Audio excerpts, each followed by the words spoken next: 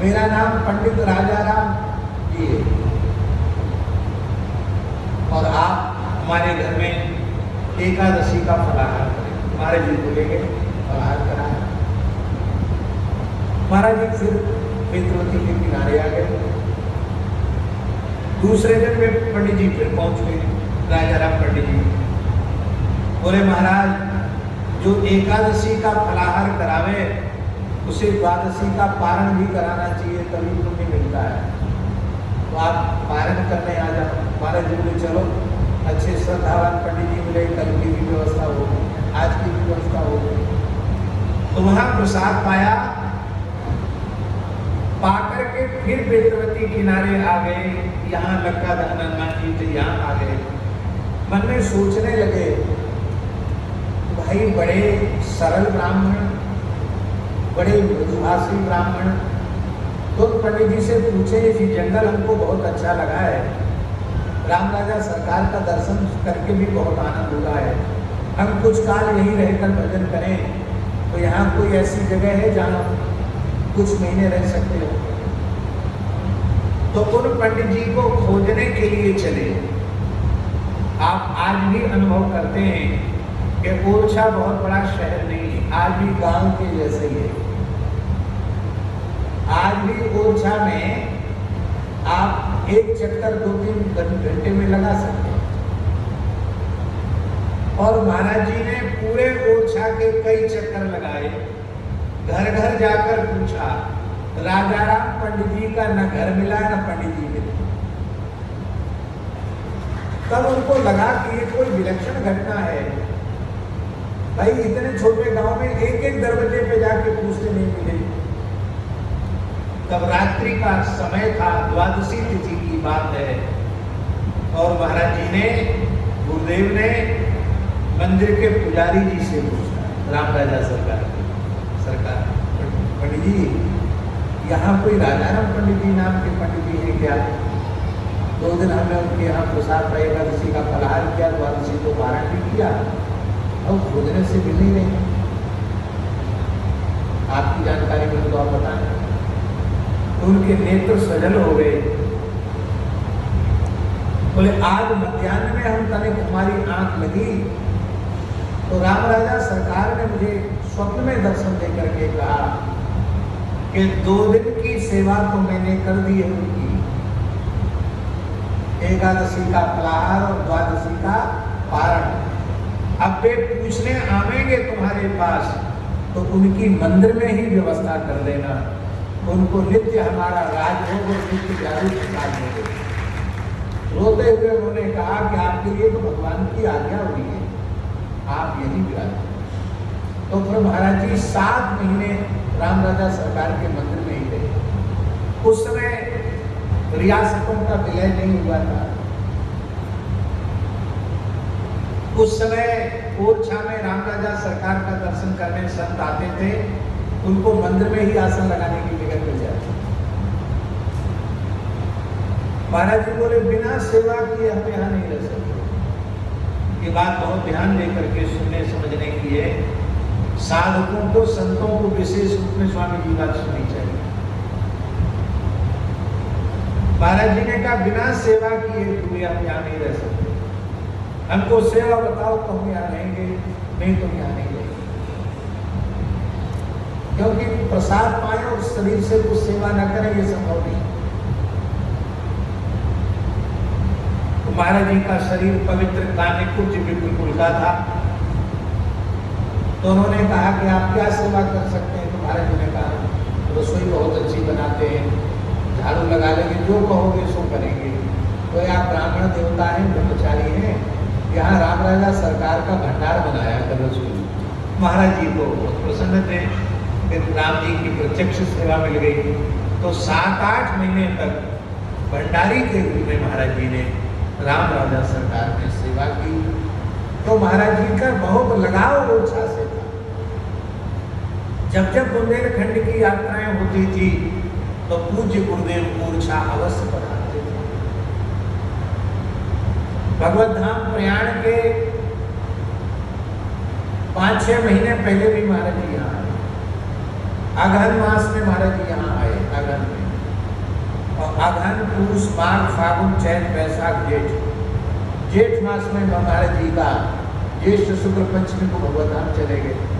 तो ठीक 6 महीने पहले भी महाराज जी यहाँ आए और उसके पहले महाराज जी ने कहा कि देखो ओरछा में होटल बहुत बन रहे हैं, विदेशी पर्यटक बहुत आता है, विषयी भोगी लोगों का स्थान ओरछा बनता चला जा रहा है, साधु संत महात्मा आते हैं, झांसी में रुकते हैं, तब यहाँ आकर दर्शन करते हैं। यहाँ संतों को आसन रखने की कोई जगह नहीं। तो बोले ओरछा में आश्रम होना चाहिए, कहीं से कोई अतिथि संत महापुरुष आवे तो उनको यहाँ आसन रखने की जगह मिले और उनको आदर पूर्वक प्रसाद पवाया जाए, जब तक चाहे तब तक यहाँ विराजे। तो यहाँ गौ सेवा संत सेवा होनी चाहिए, महाराज जी का भाव। पर दास का विरक्त वेश पूज्य सर्व समर्थ सद्गुरुदेव योगीराज परम तपस्वी श्री पहाड़ी बाबा महाराज से 1995 में हमारा विरक्त वेश हो चुका था, संन्यास दीक्षा हो चुकी। तो साधुओं की एक मर्यादा है, जिस क्षेत्र में उनका जन्म हो उस क्षेत्र से दूर रहना चाहिए। तुलसी तहाँ न जाइए जहाँ जन्म को ठाव, ज्ञान ध्यान पूछे नहीं धरे पुरानों नाम। तो हमारी रुचि इस क्षेत्र में आने की बिल्कुल नहीं थी और महाराज जी आज्ञा कर रहे थे, तो मेरे मन में बड़ा संकोच था। हमें कहा महाराज जी हम तो वहां रहेंगे नहीं, हमको आना जाना नहीं, कौन रहेगा? महाराज जी बोले एक खपरेल मकान ही बना दो, एक घड़े में आटा रख दो, एक घड़े में नमक और एक बोरी में आलू। कोई महात्मा है भाई गरीबी है, आलू का चोखा बना लो, नमक ले लो, आटे की बाटी टिकड़ बना लो, अंगा बाटी बना लो और खाओ, प्रेम से हो। कहीं कोई पुराने हनुमान जी मिल जाए तो रख देना, सिंदूर चढ़ा देना। अरे कोई नहीं रहेगा, कोई तो रहेगा। हमने देखा कि महाराज जी की प्रबल इच्छा है। तो महाराज जी ये में खनेता है ना, खनेता में महाराज जी आए हुए थे, हमारी कथा थी। खनेता से चलकर ही यहाँ आए। अगहन कृष्ण पक्ष की बात है, सन 2006 की बात है। उस समय यहाँ कनक भवन आश्रम है, ये भूखंड लिया गया। पर महाराज जी की इच्छा इस स्थान की थी कि यहाँ बेतवती गंगा सामने है, यहाँ साधु संत यहाँ रुकने में बहुत अच्छा होगा। तो वो इच्छा भी राम जी ने अब इस रूप में पूर्ण कर दी है। आपको जाकर भ्रम हो जाएगा, अयोध्या कनक भवन के सामने खड़े हैं कि हम ओरछा कनक भवन के सामने खड़े हैं, ये आप अनुभव नहीं कर पाएंगे। बिल्कुल अयोध्या कनक भवन की प्रतिकृति। यहाँ की ऐसी भावना है ओरछा की स्वामी जी कि राम जी दिन में तो ओरछा रहते हैं, रात्रि में कनक भवन विश्राम करने के लिए अयोध्या चले जाते हैं। ऐसी यहाँ की मान्यता है। और ऐसा एक वो ज्योति के रूप में जाते हैं हनुमान जी के यहाँ, और ऐसी मान्यता है हनुमान जी सीताराम जी को लेके कनक भवन में विश्राम कराने जाते हैं, ऐसी मान्यता है। राम राजा सरकार के 2 निवास हैं खास, दिवस ओरछा रहत हैं रैन अयोध्या वास। तो हनुमान जी लेके जाते हैं। अब तो कनक भवन यही हो। तो राम राजा सरकार को ज्यादा दूरी तय करने की जरूरत नहीं है, वहां से आए, यहाँ विश्राम किए। तो आज दिव्य भव्य मंदिर बना, एकदम निकट में भगवान चंद्रमय मौलीश्वर विराजमान है। बोलो चंद्रमौलीश्वर महादेव की जय। इस मंदिर की दिव्य भव्य प्रतिष्ठा का महोत्सव इसी वर्ष है, जो अगला अगहन कृष्ण पक्ष आएगा, उसमें हरिराम जी व्यास जी की जयंती का अवसर भी होगा। और उसी समय इस जहाँ कनक भवन बिहारी जी विराजमान है वो स्थल प्राप्त हुआ था, तो संयोग की बात है कि उसी समय में ही वहाँ से कनक भवन बिहारी जी अपने निज मंदिर में महल में आकर विराजेंगे। गुरुदेव भी यहाँ विराजमान हो जाएंगे, जो अतिथि निवास के रूप में रहेगा और ये मंदिर के रूप में रहेगा।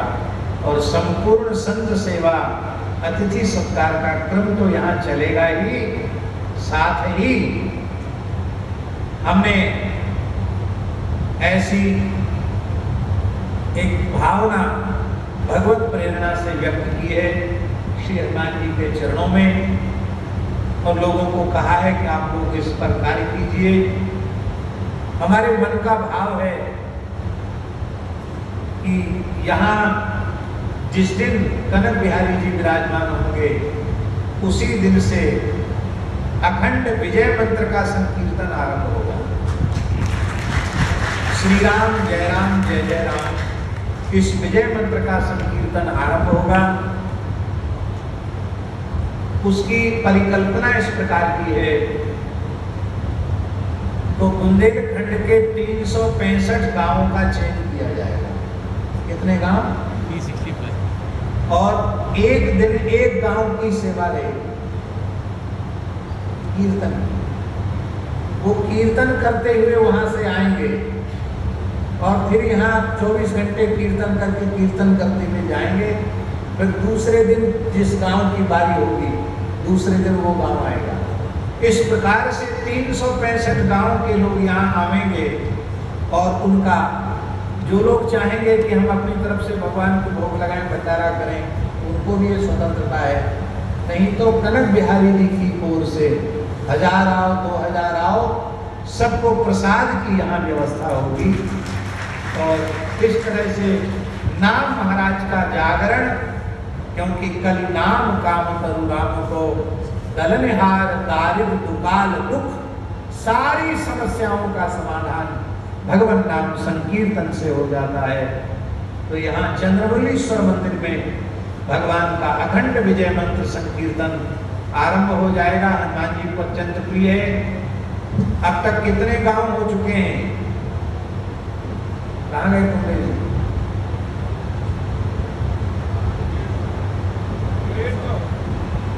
150 गांव हो गए हैं। उन गांव के लोगों की भी एक बैठक इस बीच में बुला लेना, सबका समय और सबका लिखना शुरू कर दिया जाए, सबको समय दे दिया जाए, तारीख तिथि दे दी जाए। और अब ज्यादा समय नहीं है, भादों की पूर्णिमा के पहले पहले तक 365 गांव निश्चित हो जाने चाहिए। अब उसके लिए आप कितना समय निकालते हैं, आप सब लोगों को जिम्मेवारी दी जा रही है। कोई अकेले मिश्रा जी, गंगेले जी और कमलेश जी को नहीं, सबको जिम्मेवारी दी जा रही है। जितने हो चुके हैं उसके अतिरिक्त आप लोग अपना अपना नाम लिखाइए। इस माध्यम से घरों में संस्कारों का जागरण होगा।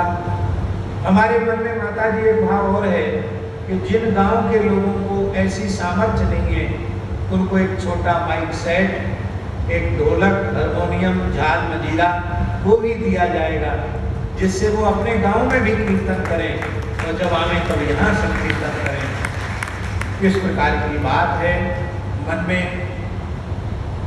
तो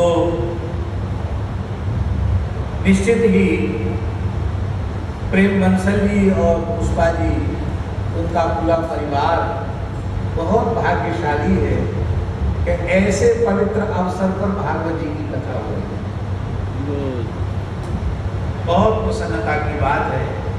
वैसे इस बार 3-4 दिन का उत्सव करने का मन था, लेकिन पूज्य गुरुदेव भक्तमाली जी का कुछ ऐसा दिव्य संकेत किसी साधक को मिला कि पूरा 7 दिन होनी चाहिए कथा। और उसके बाद ही बंसल जी आ गए, बोले नहीं हम ही करें, हम ही मनोरथी होंगे। बहुत प्रसन्न तो पहले से भी खूब समर्पित सेवक हैं और समय यही बहुत अच्छा है, 5 बजे का समय, गर्मी नहीं और थोड़ा ऊपर काली काली घटा तो हो रही है, लेकिन उसकी कोई चिंता मत करना आप लोग। श्री हनुमान जी विराजे हैं, कथा कथा न बरसे, कथा के आगे पीछे चाहे जितना बरसे, कोई चिंता नहीं। तो खूब आनंद है, हम लोग खूब आनंद लेंगे। अब अधिक समय नहीं है, बहुत समय, आज पहला दिन था तो यहाँ के संपर्क में तो बोले भी तैयारी हो रही है, तैयारी हो रही है, तो थोड़ा विलम्ब हुआ। अब प्रतिदिन का एक नियम पूर्ण करते हुए फिर हम कथा करेंगे। आज थोड़ी देर तक पता चलेगी, आप लोग धैर्य पूर्वक बैठना। अभी हम लोग पूर्वोत्तर क्षेत्र का विचरण करके आए। पूर्वोत्तर के कई प्रदेश हैं, उन प्रदेशों में इस बार 3 प्रदेशों में भ्रमण हुआ। असम प्रदेश, त्रिपुरा और अरुणाचल। पूज्य स्वामी सुधानंद जी महाराज हमारे साथी थे और भी संत महापुरुष थे, हम लोग 14-15 लोग थे। डॉक्टर पवन तिवारी जी हैं जो विद्या भारती के संगठन मंत्री हैं, महामंत्री हैं, और उधर के सभी प्रदेश उन्हीं के जिम्मे, अरुणाचल, असम, सिक्किम, मणिपुर, नागालैंड, मेघालय, ये सारे 7 प्रदेश हैं, सभी प्रदेश उन्हीं के जिम्मे हैं। और वहाँ वस्तुतः वैदिक सनातन धर्म की बहुत भारी चिंताजनक स्थिति। ये बात आप लोग बहुत ध्यान से सुनिए, फिर इसको समझने का प्रयास कीजिए। देश की सीमाएं सुरक्षित हैं तो हम सब सुरक्षित हैं, और देश की सीमाएं यदि असुरक्षित हैं तो हम सब असुरक्षित हैं। और देश की सीमाएं तभी सुरक्षित रह सकती हैं जब हिंदुओं की संख्या सीमांत प्रदेशों में घटे नहीं बढ़े। पर बड़े दुर्भाग्य की बात है, जिस विचारधारा का लंबे समय तक देश में शासन रहा, उस काल में खुली छूट मिशनरियों को दे दी गई और इतनी तेजी से धर्मांतरण हुआ है, आप जिले के जिले पार कर जाएं, एक हिंदू मंदिर नहीं मिलेगा।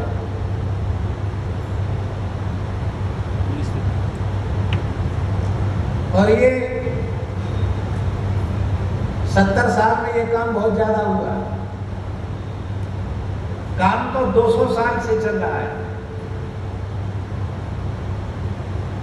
और धन्य है राष्ट्रीय स्वयंसेवक संघ के उन समर्पित राष्ट्रभक्त स्वयंसेवकों को, जो इतनी प्रतिकूल परिस्थितियों में वहां धर्म जागरण के कार्य में हिंदुओं की चेतना को बचाने के काम में लगे हुए हैं। कितनी विकट परिस्थितियों में। और उन सबका कहना है कि साधु संतों ने, धर्माचार्यों ने, धर्मोपदेशकों ने इन क्षेत्रों में आना बंद कर दिया। उसी का दुष्परिणाम ये हुआ। हम भी चाहते थे, लेकिन हम भी अति व्यस्त हैं, व्यस्त नहीं अति व्यस्त। तो मन खूब था वहाँ जाने का, तो 7 दिन वहाँ के लिए दिया गया था। 3 प्रांत हुए और अगले बार जब कभी कोई योग बनेगा, समय निकलेगा, तो शेष प्रांतों का भी भ्रमण किया जाएगा। इस बार एक वेद विद्यालय की स्थापना का संकल्प और एक गौशाला की स्थापना का संकल्प अरुणाचल में जीरो नामक जगह में स्वयंभू सिद्धेश्वर महादेव के यहाँ करके आए हैं। वहाँ के निर्विरोध निर्वाचित राज्यसभा सांसद जी भी आए थे, विधायक भी आए थे। अपने ठाकुर जी की ओर से गौशाला के लिए और स्वामी शुद्धानंद जी ने वेद विद्यालय के लिए कुछ राशि दे करके उसकी घोषणा कर दी। हमारा भारतवर्ष के सभी पूज्य संतों से, धर्माचार्यों से, सभी परंपराओं के महापुरुषों से हमारा आग्रह है और हिंदू आस्तिक जनता से भी आग्रह है कि आपके भाई लोग वहां रह रहे हैं, उनमें संस्कार जगे, इसके लिए आप लोगों को वहां जाना चाहिए। महाराज ऐसी विचित्र स्थिति है, आप कोसों चले जाएं, आप यदि शाकाहारी हैं तो आपको भोजन उपलब्ध नहीं है। जहाँ कोई इलाज शाकाहारी है वहां भी मांसाहार उसी के साथ बन रहा है। ये स्थिति क्यों आई? क्योंकि हिंदू खत्म हो गए। धन्य है उस जनजाति के क्षेत्र के लोगों को जिन्होंने इतना धर्मांतरित होने के बाद भी अपनी वेशभूषा और अपनी प्राचीन मान्यताओं को किसी भी अंश में जीवित रखा है। हम जहां जहां गए उन्होंने अपने परिधान में ही स्वागत किया, अपने हाथ से बुने हुए वस्त्र सम्मान के रूप में पटका अर्पित करके आदर किया। तो बहुत अच्छे संस्कार हैं, बड़े भोले, बड़े अच्छे लोग वहाँ हैं। तो मेरी बारंबार प्रार्थना है कि उस क्षेत्र में भी लोग जाएं। और एक आज प्रेमी ने, हमारे सूर्यकांत जी जालान जो हमारे साथी गए थे, वहाँ सारी व्यवस्था देख रहे थे, पवन जी थे और हमारे सुशील बाहेती जी, दिल्ली वाले जानान जी, सब लोग थे, सब प्रेमी लोग थे। तो एक विचार ऐसा बना है आज ही ओरछा की धरती पर कि जहाँ जहाँ जिन गांवों में, जिन क्षेत्रों में हिंदू मंदिर नहीं है, वहाँ कहीं हनुमान जी का मंदिर, कहीं शिव जी का मंदिर, कहीं भगवती दुर्गा का मंदिर हम लोग स्थापित करेंगे गांव-गांव में जाकर के। और वहाँ बहुत कम लागत में मंदिर बन जाएंगे। हम समझते हैं कि कम से कम 5 से 7 लाख रुपए में एक छोटा मंदिर बन जाएगा। तो यहाँ आप लोग मठ मंदिर बना रहे हैं, हमारा ऐसा विचार है वहाँ आप बनाएंगे तो आपको उसका 1000 गुना पुण्य मिलेगा, क्योंकि वहाँ आवश्यकता है। तो इस बार जाकर के एक बात का अनुभव हुआ, जहाँ अभी भी कोई एक हिंदू का देवस्थान, देवी देवता का स्थान बच गया है, वहाँ के लोग बच गए। इसका मतलब क्या है? इसका मतलब ये है कि सब जगह यदि एक एक स्थान हो तो पुनर्जागरण होगा, घर वापसी होगी और फिर से हमारे सीमांत क्षेत्र सुरक्षित होंगे।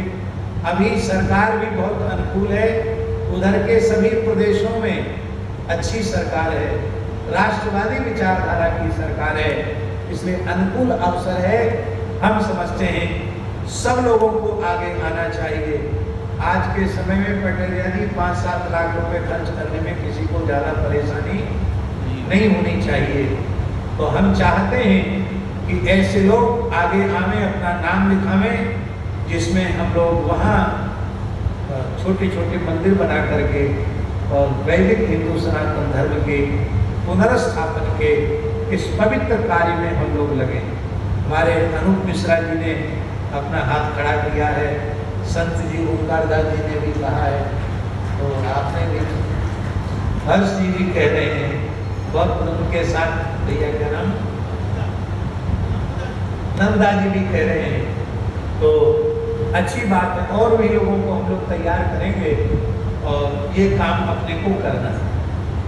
तो पूर्वोत्तर क्षेत्र इतना सुंदर क्षेत्र है, इतनी प्रकृति का नव यौवन वहाँ देखने को मिलता है, अद्भुत है। हम आपको क्या, अरुणाचल में तो गए तो ऐसा लगा कि क्या कहना, हमको लगा कि क्या वस्तुतः हम कैलाश में आ गए क्या, शिव पार्वती के क्षेत्र में आ गए क्या, ऐसा अद्भुत लगा। तो बहुत प्रसन्नता हुई उस यात्रा का। निश्चित ही भगवत कृपा से अच्छा परिणाम आया है और इसका और अच्छा परिणाम आएगा। आगे भी हमारा विचार है कि जब भी भगवान अनुकूल समय निकालेंगे तो शेष प्रदेशों का भ्रमण हम तो करेंगे ही, साधु संतों से महात्माओं से भी आग्रह है कि वहाँ की यात्राएं बनावें, वहाँ धीरे धीरे संतों का आवागमन बढ़ना चाहिए। श्री वृंदावन बिहारी। एक और गीता प्रेस के परम श्रद्धेय श्री केशवराम जी अग्रवाल, जिनका जीवन बहुत ही पवित्र जीवन था, आदर्श जीवन था। वे ट्रस्ट के अध्यक्ष थे। लगभग 96-97 वर्ष की आयु थी। दोनों समय संध्या करते थे। अपने जीवन में कभी झूठ नहीं बोले और कभी 1 रुपए के टैक्स चोरी नहीं की। ऐसे वे दिव्यात्मा, एक आदर्श पुरुष थे। अभी हम कलकत्ता गए थे तो उनसे मिलके भी आए थे। कल ही उनका भगवत धाम प्रयाण हुआ है। हम श्री मधुपीठ की ओर से, ओरछा धाम की ओर से, सूरश्याम गौशाला और जड़खोर गोदाम की ओर से और पूज्य सभी संतों की मठों की ओर से उनके प्रति अपनी श्रद्धांजलि अर्पित करते हैं। और भगवान ने अपने चरणों में आश्रय को दिया ही हुआ था, क्योंकि उनकी वृत्ति एक क्षण के लिए भी भगवान से दूर नहीं होती थी। और भगवत धाम जाने के पहले सेठ श्री जय जय गोयनका जी उनके स्वप्न में आए, स्वामी श्री रामसुंदर जी स्वप्न में आए और उन्हें कीर्तन किया और कहा तुम्हारा समय हो गया है। तो बड़ी दिव्य गति से उन्होंने भगवत धाम प्रयाण किया है, कीर्तन करते हुए भगवत धाम प्रयाण किया है। हमारी तो इच्छा थी कि उनकी शताब्दी हम लोग बनाने 2-3 साल बाकी थे, लेकिन भगवान की इच्छा 95 के ऊपर हुआ तो 100 ही पूरा सफल। तो हम उनके प्रति भी अपनी भावांजलि अर्पित करते हैं। भगवान श्री राम राजा सरकार सदा सर्वदा के अपने चरणों में उन्हें जगह दें, थोड़ी देर कीर्तन करें और फिर आगे कथा का क्रम शुरू होगा। आज समय अधिक होने से